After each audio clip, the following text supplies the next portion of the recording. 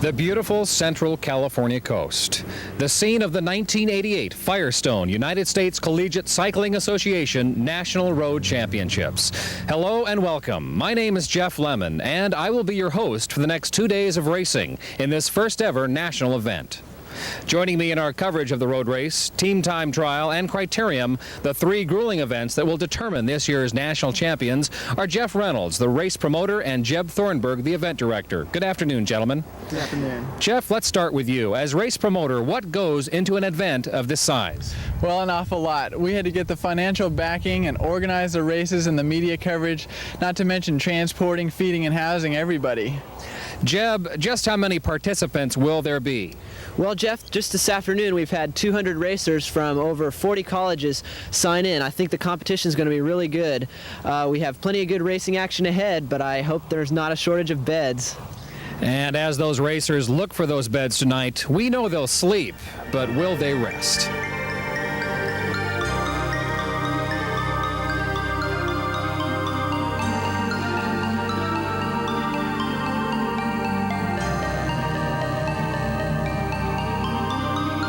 And serving as race headquarters, the Camp San Luis National Guard facility.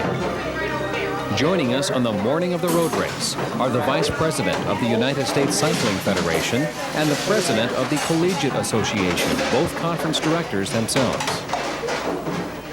Definitely, collegiate cycling is just going to absolutely explode. I noticed that in organizing my particular conference.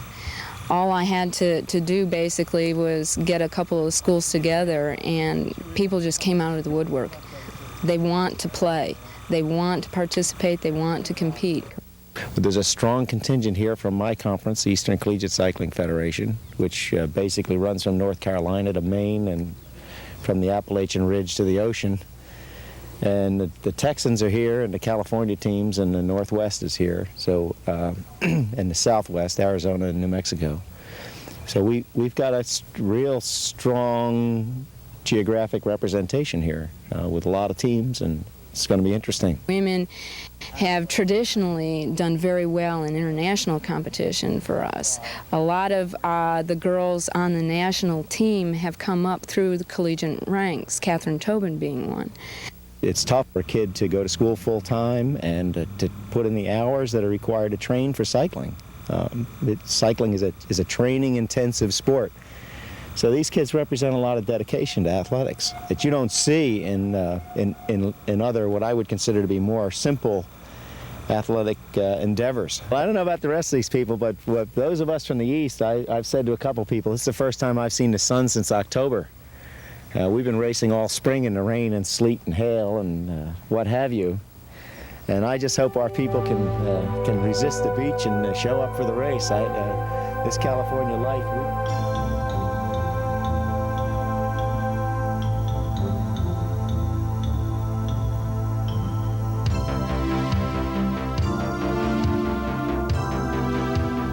Show up they did, 150 riders strong. The men roll out of Creston at high noon.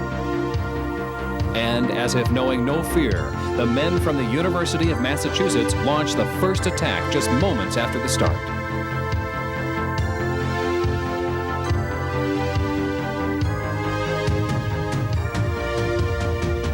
The men make their first turn of this 62-mile race composed of 2 grueling laps.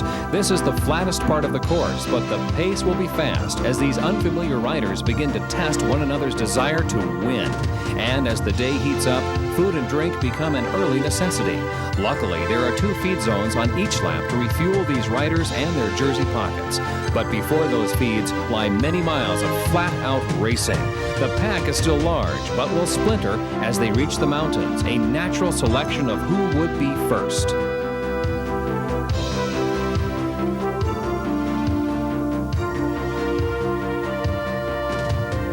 Taking control of the pack's destiny, this rider decides to get down to business. Often business means speed, and as speeds increase, reaction times shorten and misfortune often follows.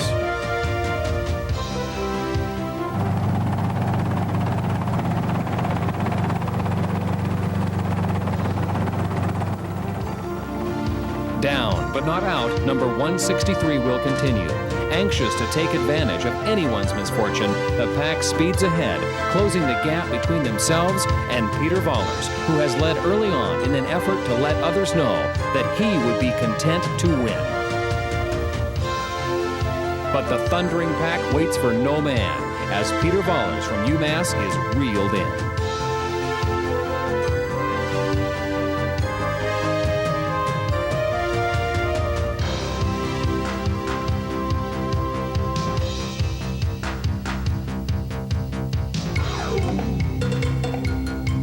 Two men take their turn off the front, soon joined by two others in the pursuit of a little glory. The pack, seemingly indifferent, lets them go face the road ahead. Finally, a fifth decides to wait no longer and join in the escape. A breakaway of 5, representing UC Santa Barbara, Sacramento City College, the Texas Longhorns, UC Berkeley, and North Carolina State, ever widening the gap between themselves and the pack.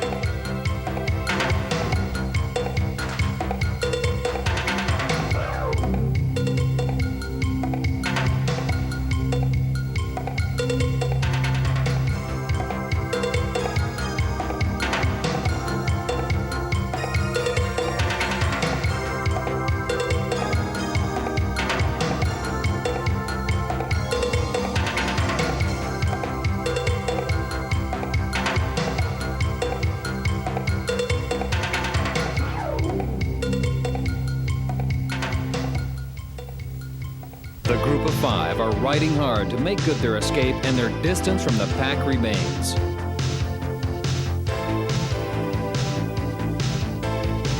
But it appears the chase is on, led by a rider from Oregon and followed by those who would end this attack. Their patience has worn thin, and it is now their turn.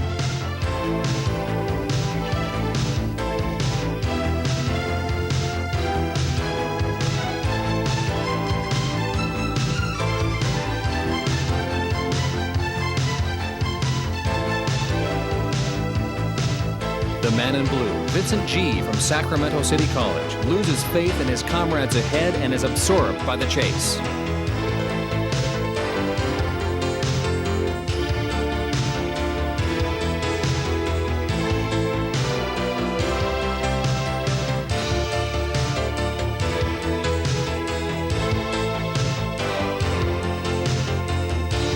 The remaining 4 will have trouble outrunning the chase behind, and they wonder if their effort has been wasted.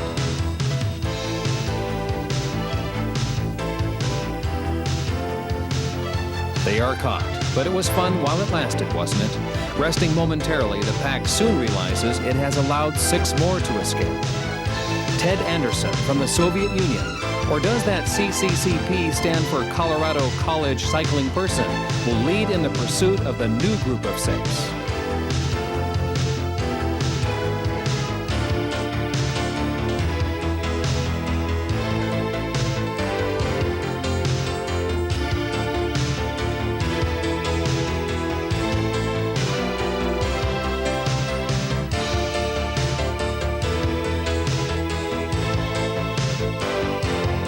Those 6 are sure to be caught as the gap closes quickly.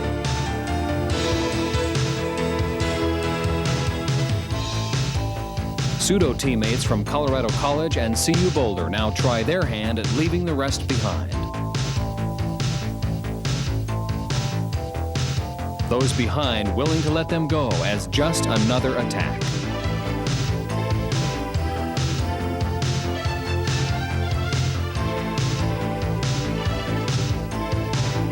But descents always increase the speed and bring the brave to the front to lead the way.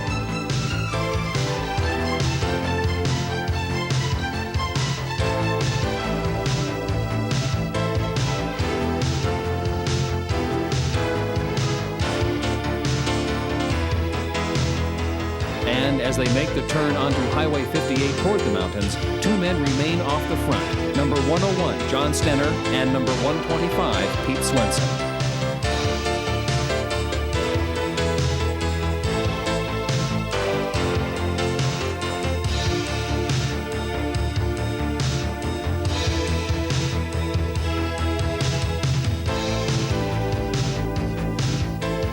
Some are willing to chase, but the pack feels no urgency.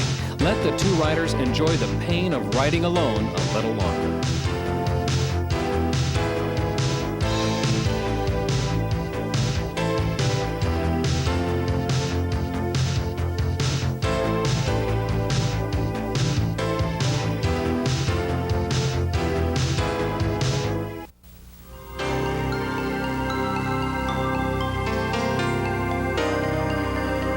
Pete Swenson gives up, but unwilling to concede, John Stenner presses on with 47 miles of hills and heat to the finish line. It is unlikely that this man from Boulder is losing sight of the pack for the last time.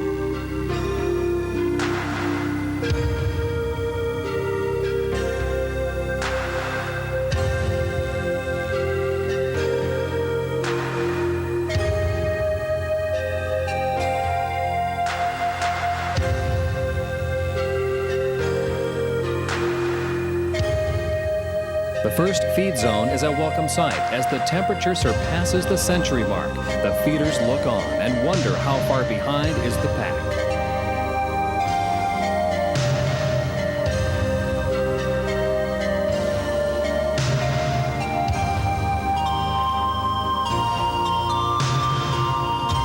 In this first ever national championship, Eric Chandler from the U.S. Air Force Academy was lucky enough to sign in early and wear number 1.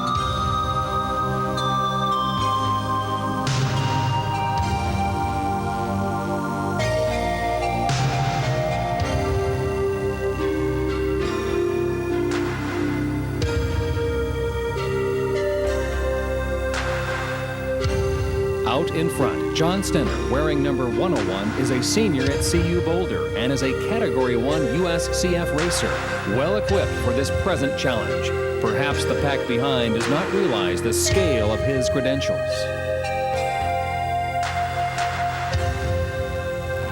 The women watch from their staging area as John Stenner passes. And the rest of the pack is just a few moments behind. Before the women started, we spoke to them about their day ahead.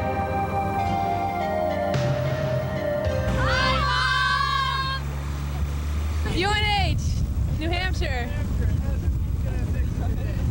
We're all set. It's been pretty warm at home, so yeah.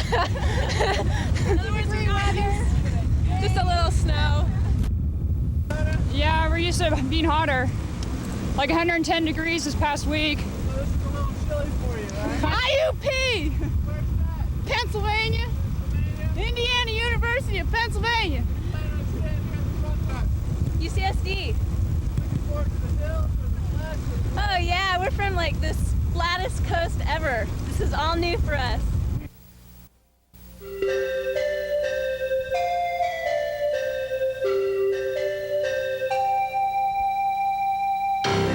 During their race, the women will travel 45 miles over the same course as the men. 1.5 laps may seem less difficult, but they begin at the base of the mountains, leaving no time to disguise weakness. One of the largest women's fields ever assembled in collegiate cycling, this group is over 50 riders strong. Perhaps it is the size of this field that leaves the women's race precarious early on.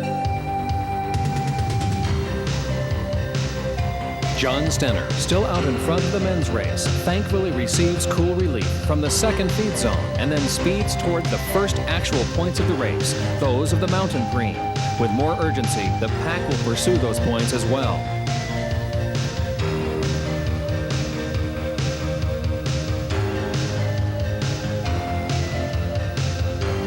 While John Stenner collects 10 points for first place, second through fifth are hotly contested close behind.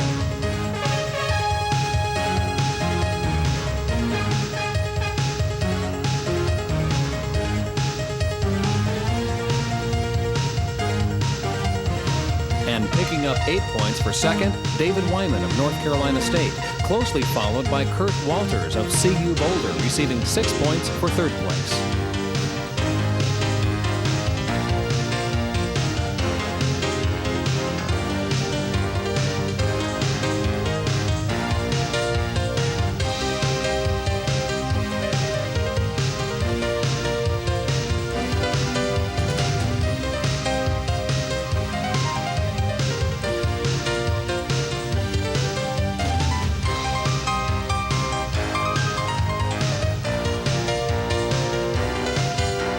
has now been 10 miles since John Stenner left his companion behind. Pushing a big gear up this most difficult climb, he is 45 seconds ahead.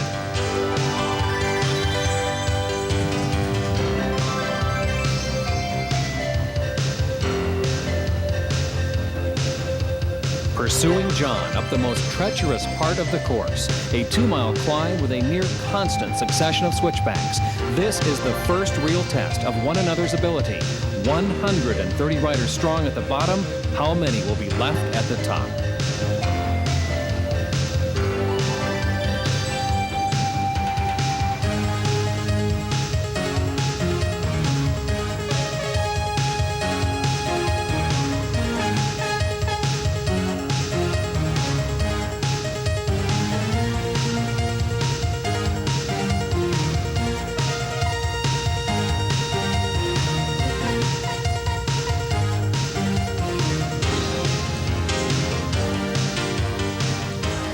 As if the heat and the climb were not enough, this rider suffers a mechanical difficulty. But Mitch Clinton of the Mavic support team quickly changes wheels and puts him back into the race to suffer a little longer.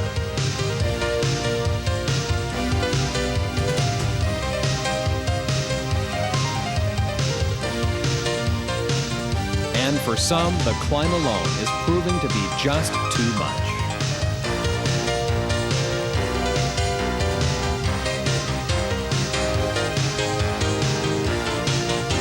For this man, a sudden stop indeed.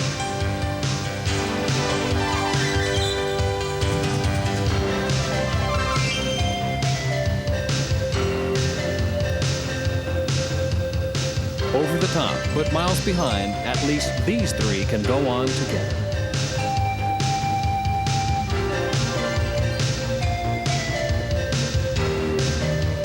Widening the gap between himself and the pack, John Stenner must now wonder if his pursuers have forgotten him.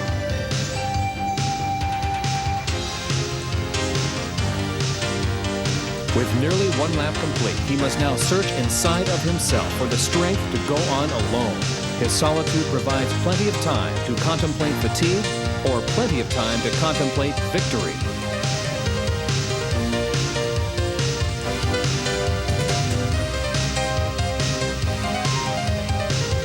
105 ahead, John Stenner finishes his first lap, and I took this opportunity to speak with Jeb Thornburg, the event director.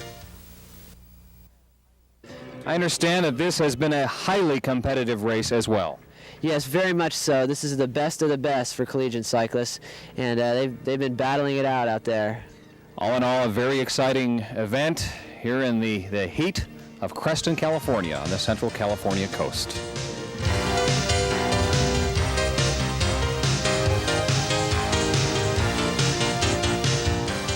The pack is still large and powerful, but outwardly indecisive. This man from Berkeley makes his decision to go ahead and enjoy some glory on the ride through town.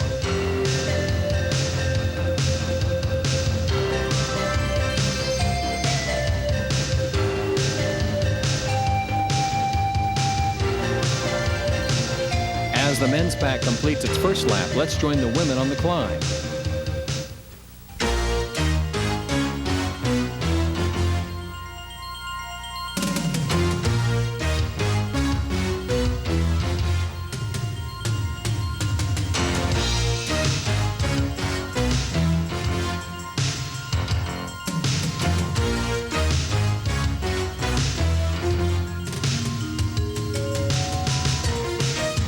Chris Pappas of Cal Poly San Luis Obispo leads the women's pack through the countless switchbacks on Highway 229. She is setting a demanding pace that will surely be kept by only a select few. The steep traverse of each switchback leads to the demise of those barely hanging onto the back, while those in front press on relentlessly.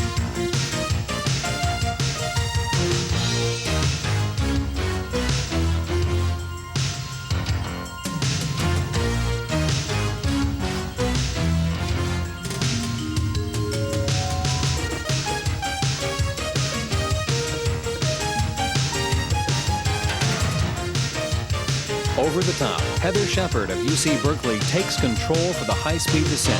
It took strength to get to the top, but nerves of steel lead the way to the bottom.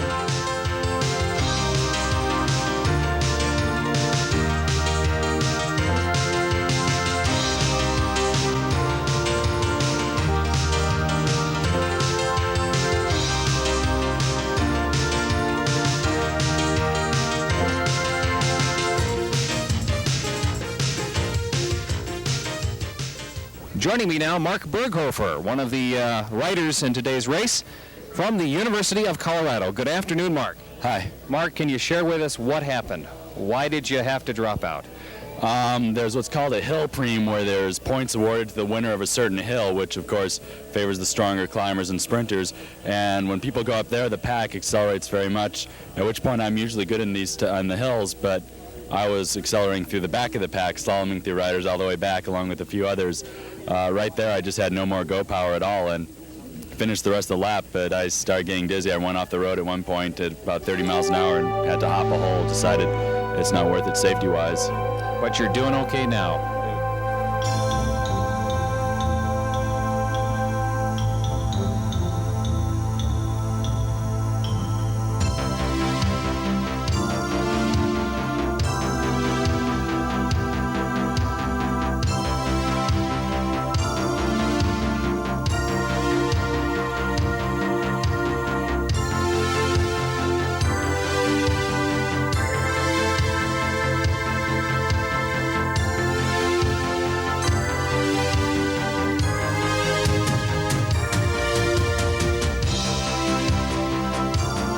Defying the heat and the will of the pack, John Stenner continues to escape the clutches of his pursuers.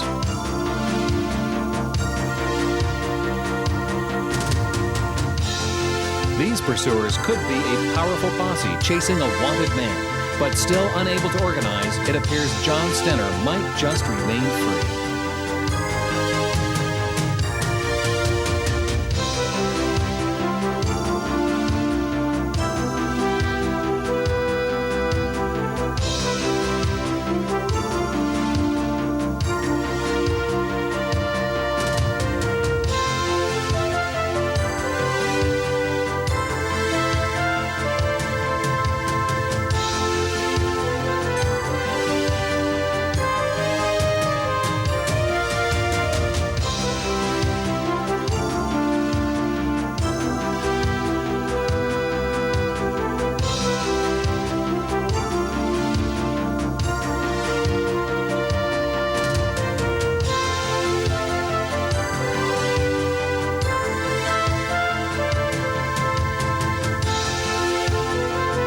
The man from Boulder, with an incredible and perhaps insurmountable lead of 2:45, reaches the feed zone, taking on water and encouragement from his coach.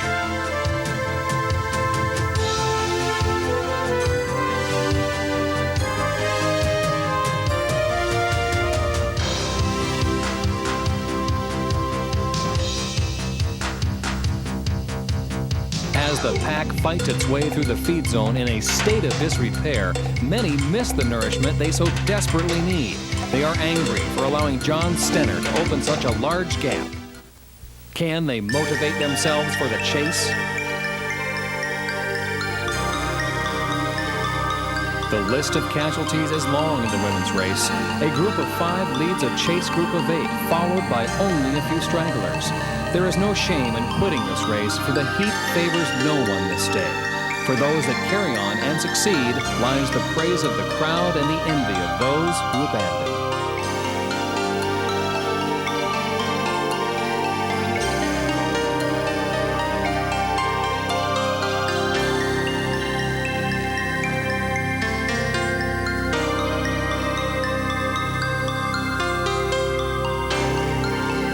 The breakaway includes Chris Pappas of Cal Poly and Polka Dots, Sally Gilman and Missy Chid of CU Boulder, Kay Wagner of Stanford, and Heather Shepard of UC Berkeley.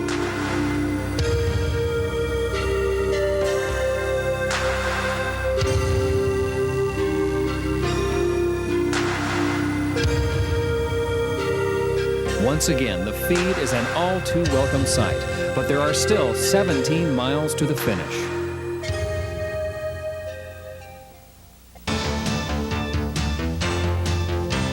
Only 5 miles remain between John Stenner and the national championship. However, a few aggressive riders behind have launched a chase that is rapidly closing the gap. Only 10 miles before, this man from Boulder held a lead of 2:45. But now he will really have to put down the hammer if he is going to take home the hardware. And with the gap down to just 30 seconds, the thought of 7 men against 1 hardly seems fair.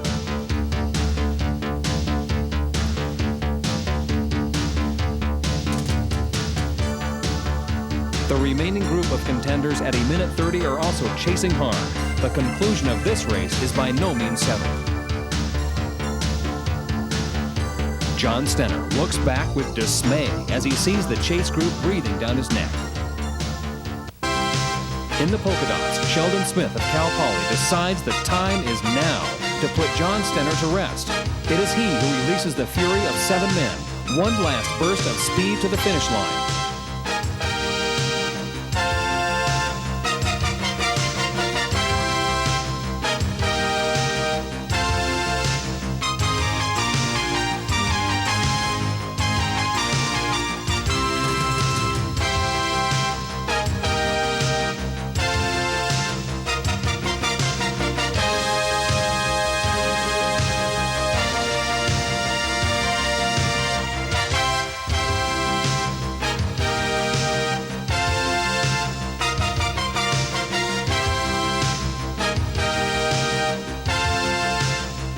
With only meters to go, John Stenner realizes their fury has been released a moment too late. His time of glory is now.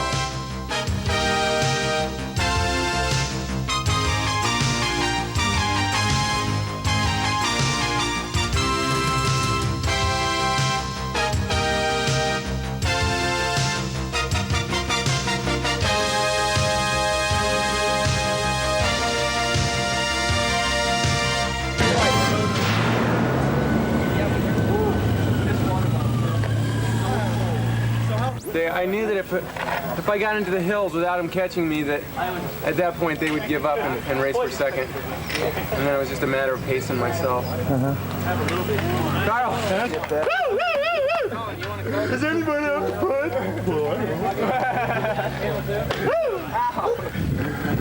All right. Yeah! Oh man, you guys must have just shut him down, huh? I'm real ecstatic. We got 6 guys from Texas in the top 18. So I think we came out here to do what we wanted to do, show the California and Colorado boys that Texas is here. All right, Texas!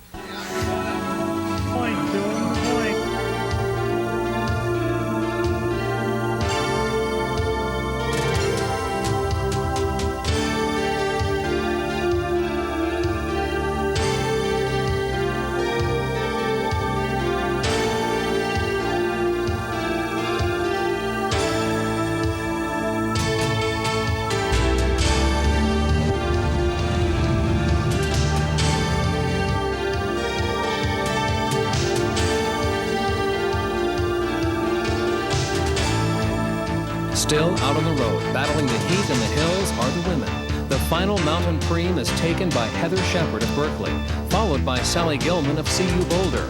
Struggling behind are Stanford's Kay Wagner in third, and surprisingly, Susan Plose of UC Davis has bridged up to this group and taken fourth.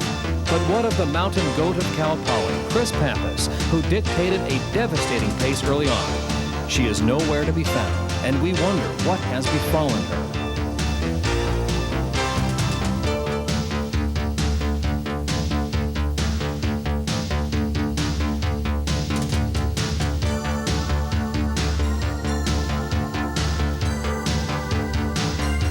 It is here in the feed that we find Chris Pappas, alone but unwilling to give in.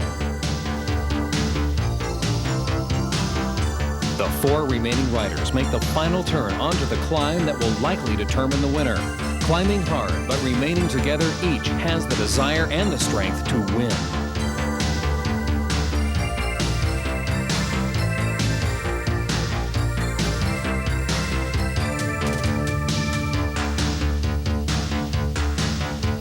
Out of the hills, 3 riders remain to contest the sprint: Susan Plose, Heather Shepard, and Sally Gilman.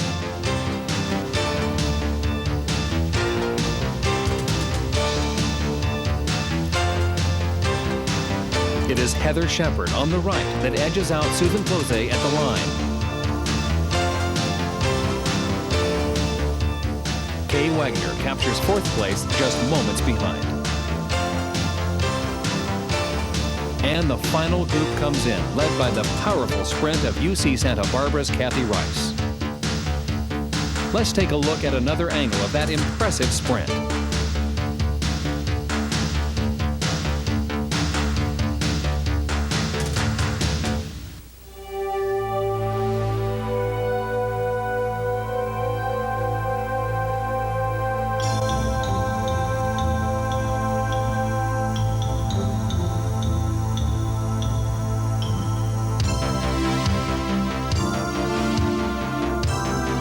This day of racing is over in this first ever national championship event. Impressive performances have been seen, but 2 grueling events still remain.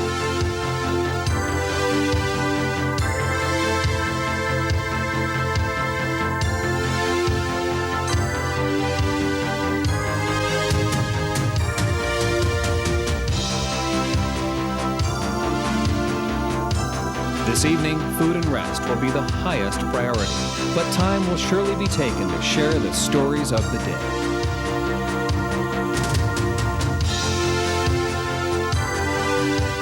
But for those behind the scenes, the day might just be starting. Danielle Micheletti, a local polka rep from the Cal Poly Wheelman. Tell us, Danielle, what your job is. Well, basically, I just have to take care of the school that I'm assigned. I was assigned Texas Tech and Princeton, and so I basically just show them around town and take them on warm-up rides and bring them to the course and show them the course and basically take care of them, feed them, water bottles. Kind of like the home mother for this team. Exactly, yeah. You know, we have to cater to their every wish, their every demand. They're a pretty nice bunch of guys. Yeah, great. You get to meet a lot of different people, and it's really fun. It's really neat seeing people from all over the country and really getting to know them in one weekend. It's neat. Thanks, Danielle. Sure, Jeff.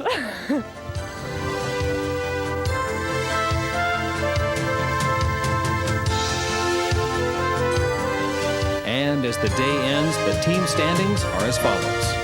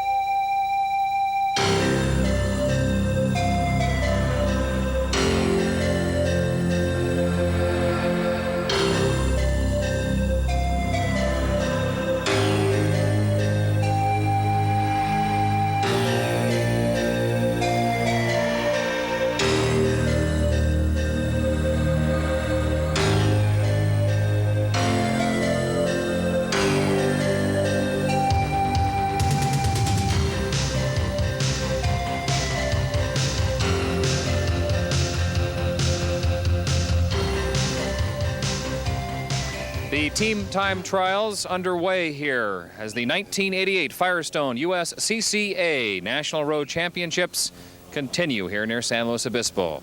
And joining me now, one of the sponsors of this weekend's race, Mr. Hale Fletcher from the Firestone Fletcher Brewing Company, as another team of women race off behind us. Good morning, Hale. Good morning, Jeff. What's your feeling about the courses we've seen today, the participants from colleges and universities throughout the United States? Give us your thoughts on that. Jeff, it's very exciting to be here. The courses are great. The weather today isn't as hot as it was yesterday. I think we've got good participation.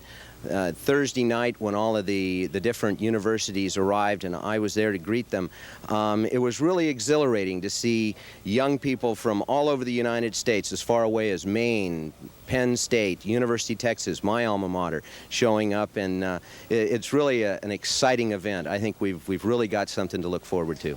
Hale Fletcher with the Firestone Fletcher Brewing Company. Thank you, sir. Thank you, Jeff. And now, a good shot of John Stenner, the team captain from the University of Colorado and the winner of yesterday's Creston road race. Each men's team consists of 5 riders who must work together like a well-oiled machine over this 10-mile course. The course is short, making every second count, and the finishing time is measured when the front wheel of the 3rd rider crosses the line. The Cal Poly Wheelmen wait nervously. Being the home team poses no advantage in this race of truth, for the clock will not lie as it tells the score. Richard Goodwin with the Mavic support team. Good morning, Richard. Good morning. As you might have noticed on some of the rear wheels of these racing bikes, there are yellow discs, well, at least in the case of the Army team, or various colored solid discs.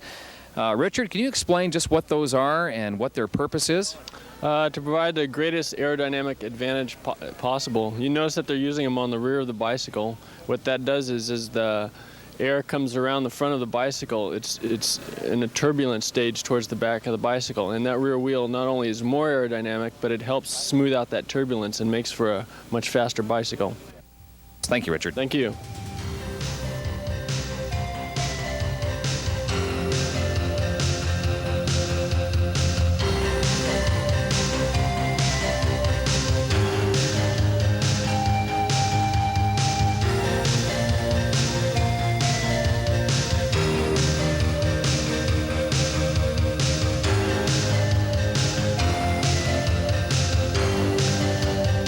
This out-and-back 10-mile team time trial course is mostly flat, but tight turns and a headwind will mean difficulty every step of the way. Conveniently, the course borders the National Guard headquarters, which is serving as the home for these 200 racers during this national championship weekend.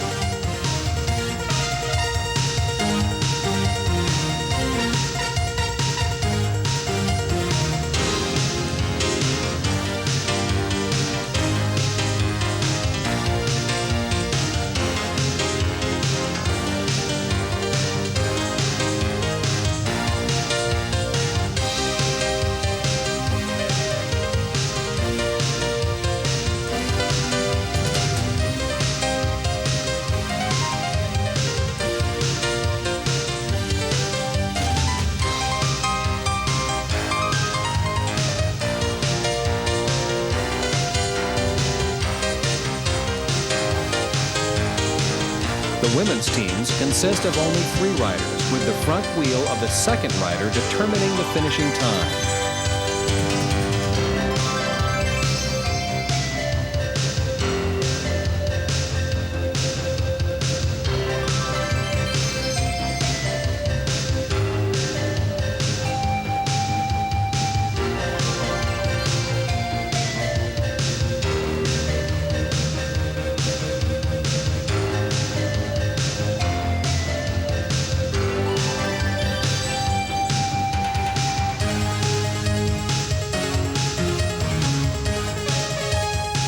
For those riders who qualified as individuals, composite teams were formed earlier this morning.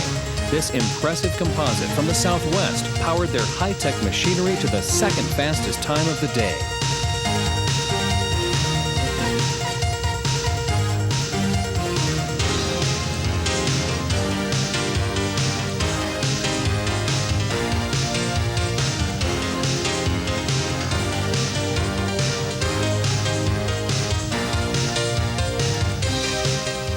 And the women from CU Boulder win today's game of Beat the Clock.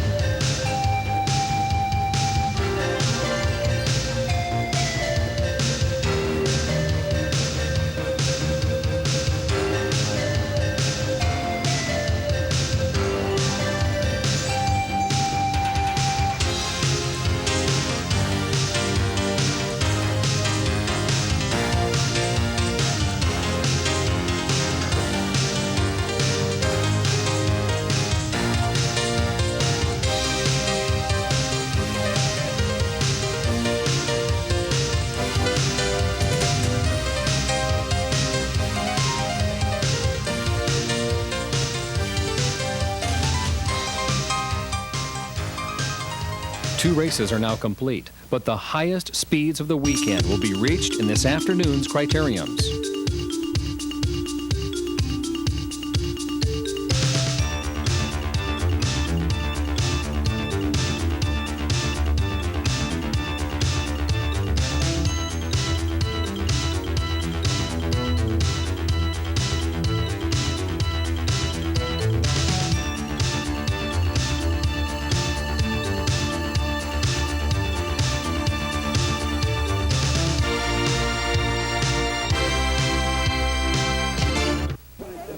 And now we've reached the final event of the weekend for the women riders. It's the criterium event, the national championship, as the 1988 Firestone USCCA National Road Championship winds up on this beautiful Sunday afternoon on the Cal Poly State University campus in San Luis Obispo, California. UC Santa Barbara, CU Boulder, Cal Poly, North Carolina State, the University of New Hampshire, and UC Berkeley are just a few of the top teams eager to trade punches as they go head-to-head in this final event. And it is Doug Ashbaugh from D&L Sound manning high-tech equipment who will be responsible for picking 1st through 31st in this game where every point counts.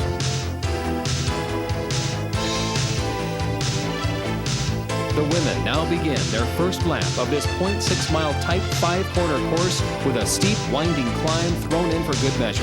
At the conclusion of their 32 laps, the women will have ascended heights rivaling those of yesterday's road race.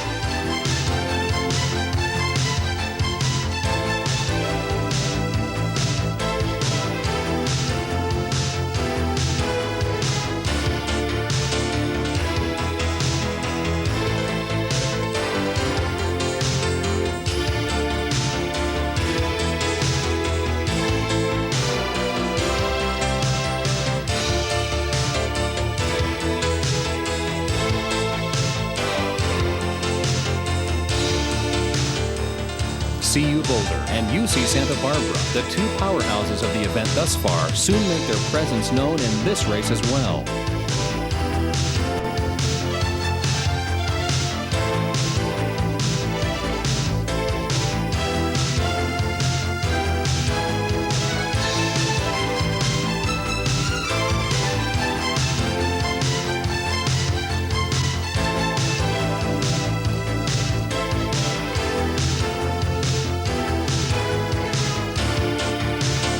The powerful sprint of Santa Barbara's Kathy Rice declares her first in all 6 of these preems. Much like the mountain preem, a criterium preem is a race within a race, the winner of a designated lap gaining points for her team.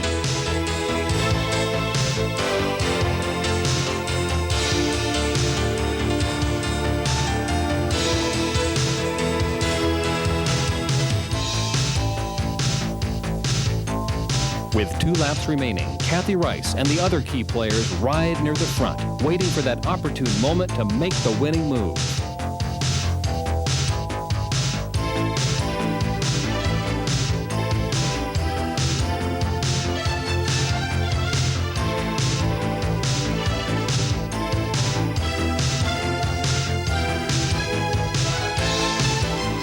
And on the bell lap, it is Susan Close, the comeback queen from Davis, who decides it's better now than never.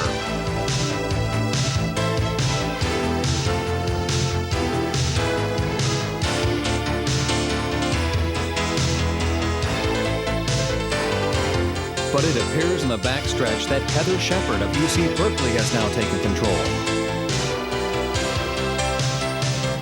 However, it is Kathy Rice on her wheel, ready to make her move in the final meters. And there is the sprint that has no equal. Kathy Rice winning the women's criterium.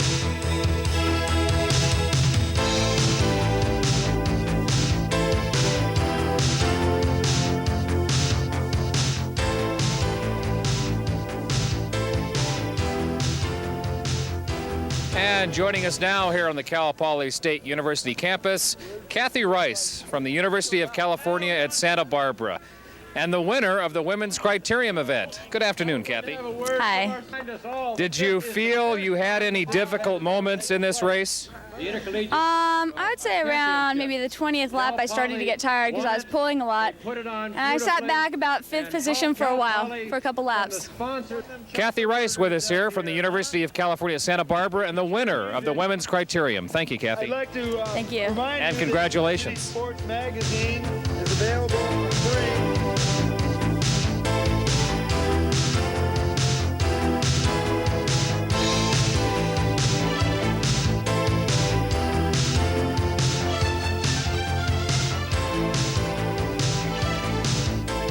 And joining us now here at the start-finish line on the Cal Poly campus, race promoter Jeff Reynolds. Good afternoon, Jeff. How you doing? Good. I got to say that you and your associate, Jeb Thorenberg, the event director, have really done yeoman's work in putting this event together. Congratulations. Well, thanks. It's been a difficult job, but it's been a labor of love. We've worked for months and months on this, and I'm glad that it's coming to pass. But I'll be glad when they get on the bus tomorrow morning, let me tell you. What do you think overall? What has been the high points of this weekend? Well, I think the weather today has been a high point. It hasn't certainly hit the high point on the thermometer, but it's been nice. And the riders are rejuvenated for this final ride, and I think the best will come to the top. Hopefully Cal Poly, but may the best team win. Fantastic. Jeff, you've done a fantastic job all weekend long. Jeff Reynolds, race promoter. Thanks a lot and congratulations on putting on a superlative event. Thank you.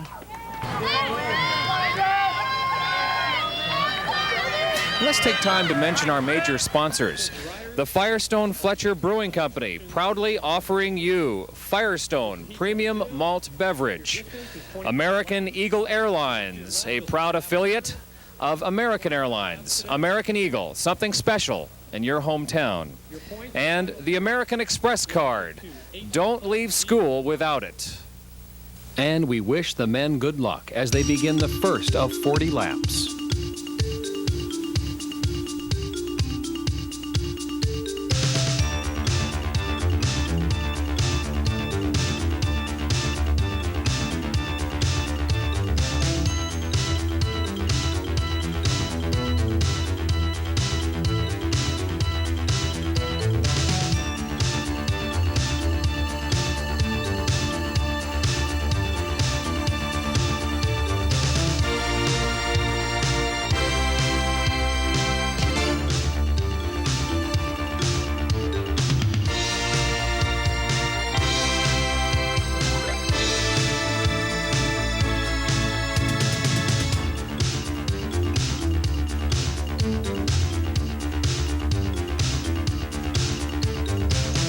Taking control, Sheldon Smith leads the way, a familiar player in this game of speed.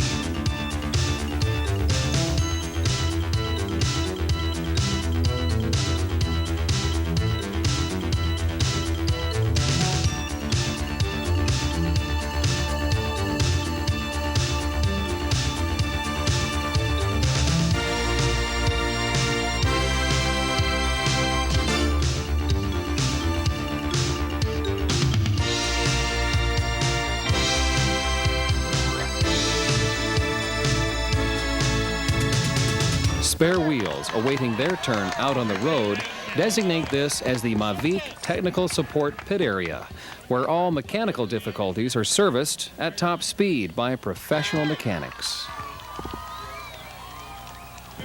Most often, it's a flat tire that hampers a racer's progress, but spare wheels, adjustments, or even a spare bike can be provided if needed. Everything but the muscles. A free lap is taken while the problem is fixed, and with a shove, the rider will find himself back in the race.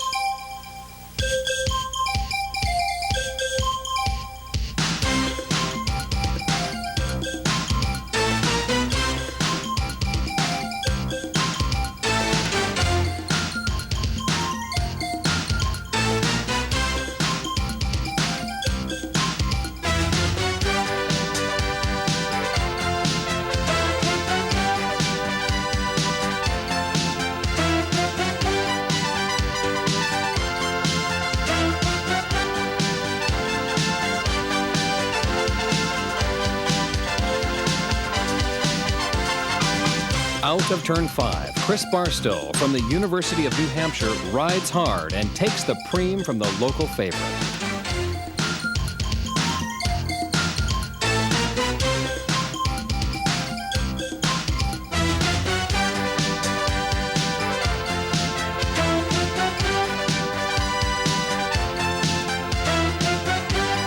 And on this lap, it will be Mike Coley from UC Santa Barbara winning the preem.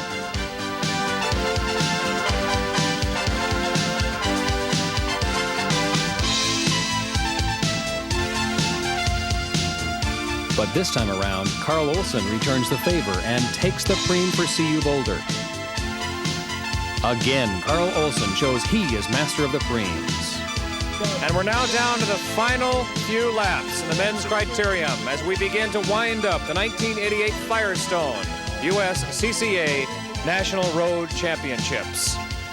It's been a pretty tight race. No clear leader in this race. It's going to be very interesting to see who's first across the finish line.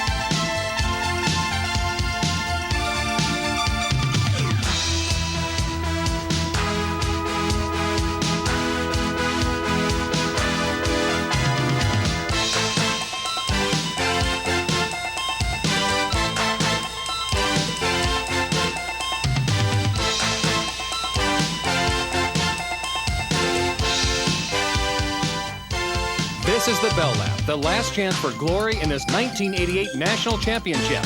Into corner one and up the climb, it is two men from UC San Diego who lead the way.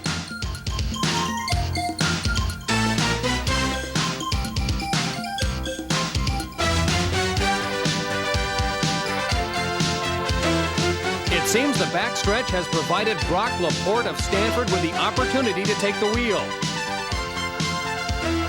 And at 40 miles per hour, the finish will come all too soon.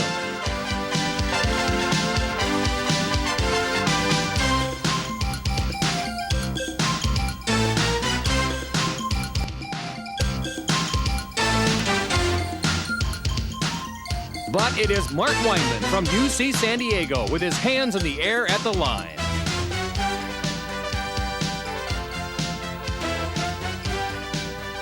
And the 1988 Firestone USCCA National Road Championships have come to their conclusion, with the winner of this Sunday's criterium, Mark Weinman from the University of California at San Diego. Congratulations, Mark. Thank you very much. What'd you think of the race overall? The criterium was great. I mean, the riders were doing a great job as far as riding goes. It was safe.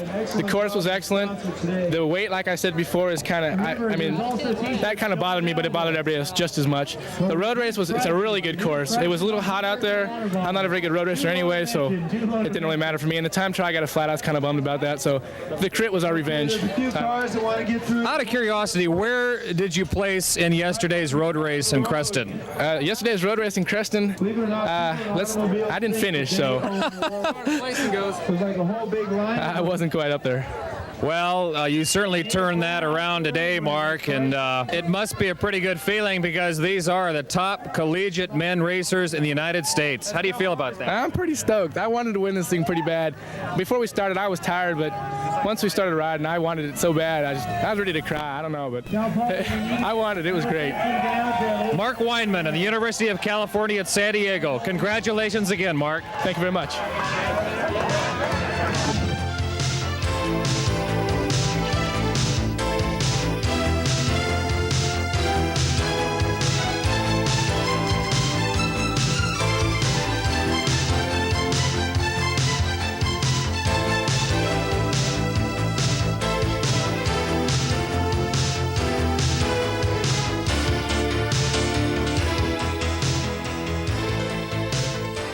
At the day's end, all that remains is the acceptance of the well-deserved awards, with the most coveted being the overall team trophy.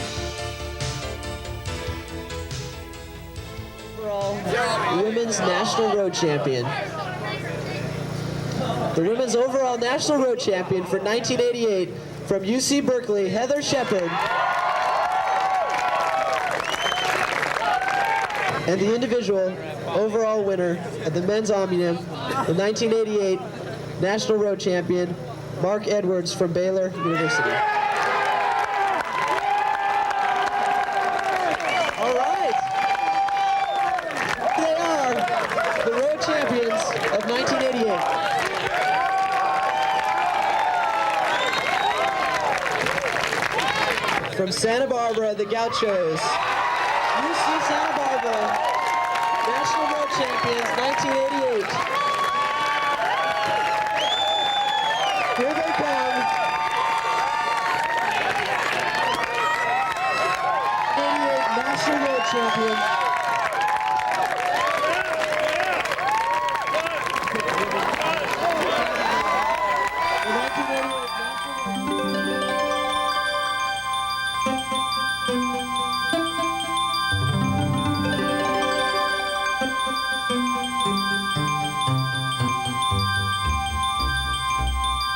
For Jeff Reynolds and Jeb Thornburg, I'm Jeff Lemon. Thank you for joining us, and I'll see you at the races.